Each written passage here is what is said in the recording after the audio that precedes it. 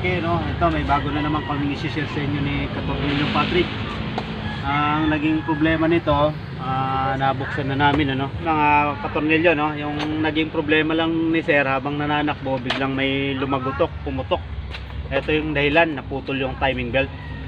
Kaya ang nangyari, ayan, inopen na natin yung ating cylinder head, ano? Kasi hindi pa rin siya umandar nung nagpalit lang ng timing belt. Yung naging dahilan niya, mga katornilyo, ito, nabaluktot yung mga barbula niya, mga katornilyo. Ayan, baluktot yung mga barbula. Kaya hindi talaga andar kahit na anong gawin, hindi talaga siya andar. Mga katornilyo, no, advice ko sa lahat ng owner ng mga sasakyan, mga may sariling sasakyan, ano, kat maaari ang lifespan lang ng ating timing belt hanggang 100,000 kilometers.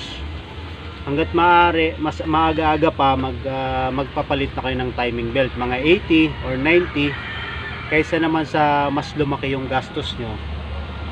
Ito na, timing belt na lang. Pag nag-80 na yung odo nyo, check nyo, tapos mga 80 na, i-subject nyo ng magpapalit ng timing belt para hindi tayo umabot sa kagaya nito. Imbes na timing belt lang yung papalitan natin, damay pa pati yung ating head gasket, pati yung ating cylinder head, barbula, mas na triple pa yung gagastusin kaysa sa timing belt. Kaya mga katornilyo, advice ko, no, wag natin ipagwalang bahala yung ating timing belt. Pag nakapagpalit tayo, markahan natin sa ating head cover kung kailan tayo nagpalit, saka kung ilan na yung tinakbo, para ma-monitor natin siya, para meron tayong idea kung kailan na tayo uli magpapalit ng ating timing belt. Yan mga katornilyo, no, hindi na namin nakikita sa inyo yung pagbabaklas, gawa ng napakaraming ginagawa, no, tsaka wala rin akong nagka-camera ngayon.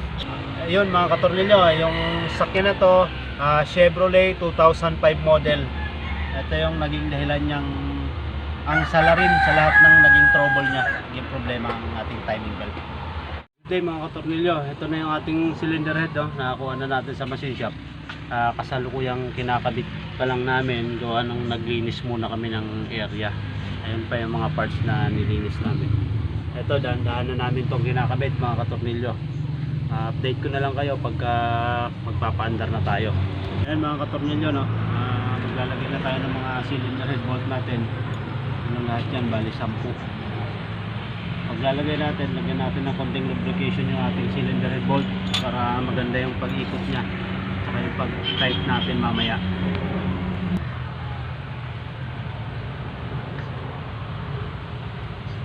Ayan mga katornilyo, no, ilalapat muna natin lahat ng ating cylinder head bolt bago tayo mag-torque. Dapat muna natin lahat para pare-parehas yung kanyang tight. Mga katornilyo, mag-iikpit na tayo, no. Una muna tayo dito sa gitna, pa-cross tayo para sabay-sabay yung paglapat nya ng block tsaka ng cylinder head. Bibigyan muna natin ng 20 para pantay-pantay.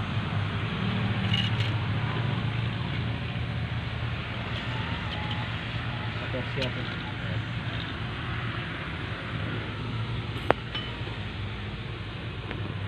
muna lahat. Sige.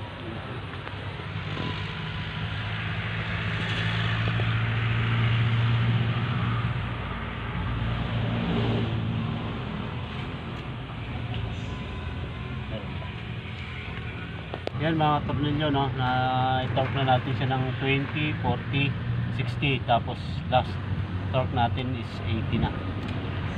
80 or 70, okay lang yon. Sa pakiramdaman nyo na parang sumisipa pa yung torque wrench. Mga katornilyo, naikabit na natin lahat, ano, ikitan na natin ng ayos. Nakabit na lang natin tong ating air cleaner. Tapos mag-check muna tayo, baka may nakalimutan tayong harness na hindi natin naikabit. Tapos bago tayo magpaandar, check muna ulit natin.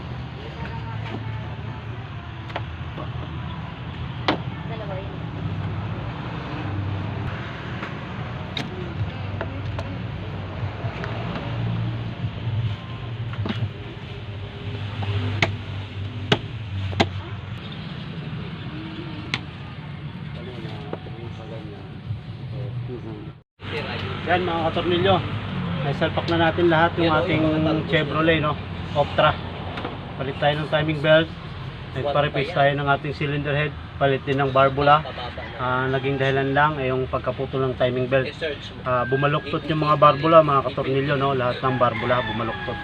Kaya advice ko sa inyo, 80,000 to 90,000 kilometers, magpalit tayo ng ating mga timing belt kung naka-timing belt yung ating sasakyan para iwas tayo gastos.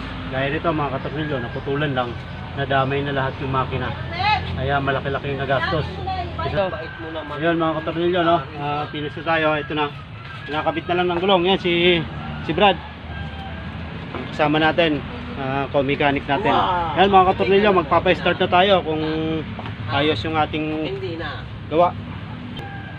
Grabe, bumaluktot yung mga barbula.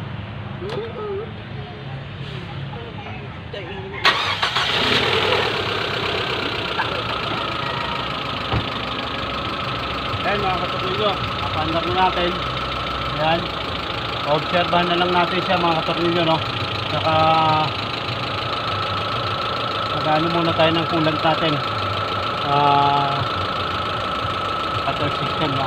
Sa mga hose kasi naubusan to, para mag-bleed muna tayo ng ating coolant. Ayan mga katornilyo, natatapos na tayo, no? Maraming salamat sa inyo. Don't forget to subscribe, like, and share mga katornilyo para matulungan yung channel ko. Thank you very much sa inyong lahat. Keep on watching.